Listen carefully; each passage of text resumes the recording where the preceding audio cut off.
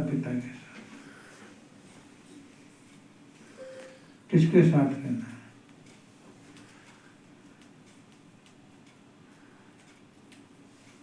माता पिता सोचते हैं कि हम बच्चों के साथ रहें, बच्चे सोचते हैं कि हम यहाँ से दूर रहें। बच्चे जहाँ पढ़ लेते हैं वे वहां से बाहर नहीं निकलना चाहते। जिस जगह को छोड़ के चले गए वहां पर वापस लौटना नहीं चाहते। तो माँ बाप, पहले माँ बाप को छोड़ा, आज बच्चे छोड़ गए तो कहते हैं कि हम क्या करें, तुम्हें कुछ करने की जरूरत नहीं, जो तुमने किया वही तुम्हारे साथ किया गया। तुमने माँ बाप को छोड़ा, बच्चों ने तुम्हारे को छोड़ा, उन्होंने माँ बाप को छोड़ा। यह है कि रहना किसके साथ में है, बच्चों के साथ में रहना है या माता पिता के साथ रहना है। हर माँ बाप ये कहते हैं कि हम बच्चों के साथ रहें। पहली बात तो ये वाक्य ही गलत होता है। बच्चे कौन होते हैं माँ बाप को? माँ बाप कौन होते हैं जो बच्चों के साथ में रहेंगे? बच्चे रहेंगे माँ बाप के साथ, परंतु सोच उल्टी हो गई तो माँ बाप रहेंगे बच्चों के साथ।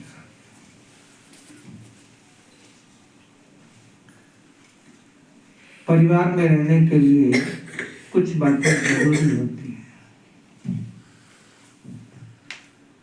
सब में अगर प्रेम है तो परिवार बहुत प्यार से रह सकता है। प्रेम नहीं है, झगड़ा कितना ही हो कोई बड़ी बात नहीं है। झगड़ा नहीं होगा तो प्रेम नहीं बढ़ेगा, झगड़ा होगा तो ही प्रेम बढ़ेगा। और झगड़ा कहाँ होता है? जहाँ प्रेम होता है वहीं पर झगड़ा होता है। जहाँ प्रेम है ही नहीं, ना बोलने का काम ही नहीं है, तो झगड़ा भी नहीं है। झगड़ा तो वही होता है ना जहाँ प्रेम होता है। हम गुस्सा किसके ऊपर करते हैं? पराये के ऊपर करते हैं या अपने के ऊपर? कभी भी गुस्सा आप देखना, आपको अपने के ऊपर, जिसको आप ज्यादा चाहते हैं उसके ऊपर आपको गुस्सा आएगा, दूसरे के ऊपर गुस्सा नहीं आएगा। जिसको नहीं चाहते उस पर गुस्सा नहीं आएगा, आप बोलेंगे नहीं। पर जिसको चाहते हैं उस पर आपको गुस्सा आएगा। आप पहले जोर से चिल्लाएंगे, जोर से चिल्लाएंगे, जोर से बोलेंगे। क्यों क्यों बोलते हैं गुस्से में जोर से? आप धीरे भी तो बोल सकते हैं, परंतु नहीं, धीरे नहीं बोलते, जोर से बोलते हैं।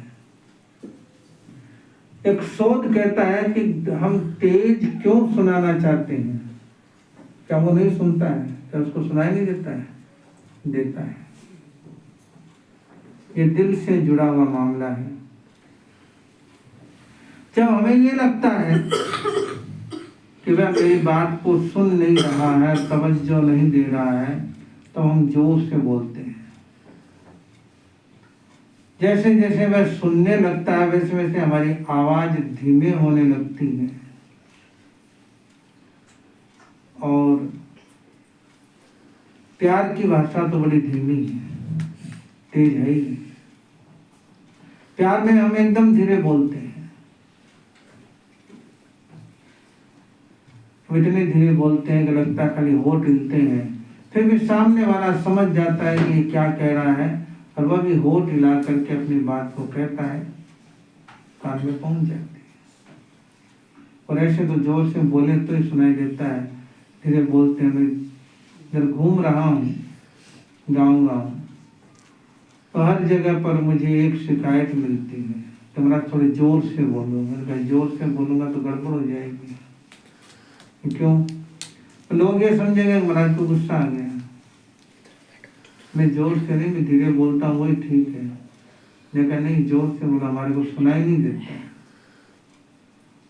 बड़े प्यार से बोलता हूँ धीरे तो उनको सुनाई नहीं देता, जोर से बोलो तो वो डर जाते हैं। करूं क्या?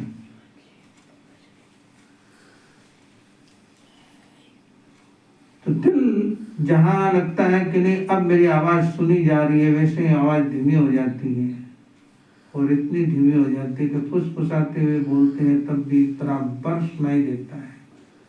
अब फोन पर यदि किसी को कम सुनाई देता है, कम सुनाई देता है ना, उसको भी फोन पर धीमी आवाज बराबर सुनाई देती है, पर ऐसे आमने सामने कहो तो उसको सुनाई नहीं देता। और कई लोग उसके अड़ोसी पड़ोसी कहते हैं कि इनके मतलब की बात सब सुनाई देती है, बिना मतलब की जोर से कहो तो भी सुनाई नहीं देती है।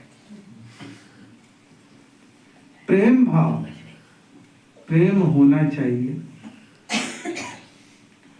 तो उससे में सहयोग की भावना होनी चाहिए।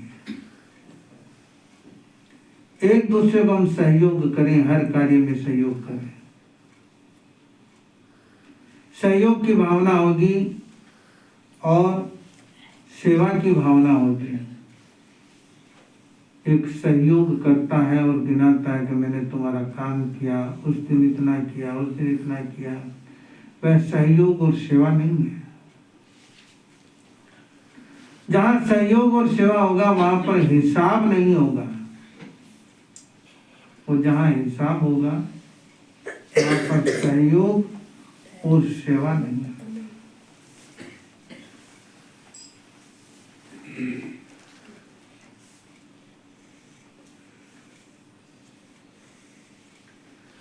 तो हिसाब जहां रखा जाता है वहां साथ रहना मुश्किल होता है, और जहां हिसाब नहीं रखा जाता है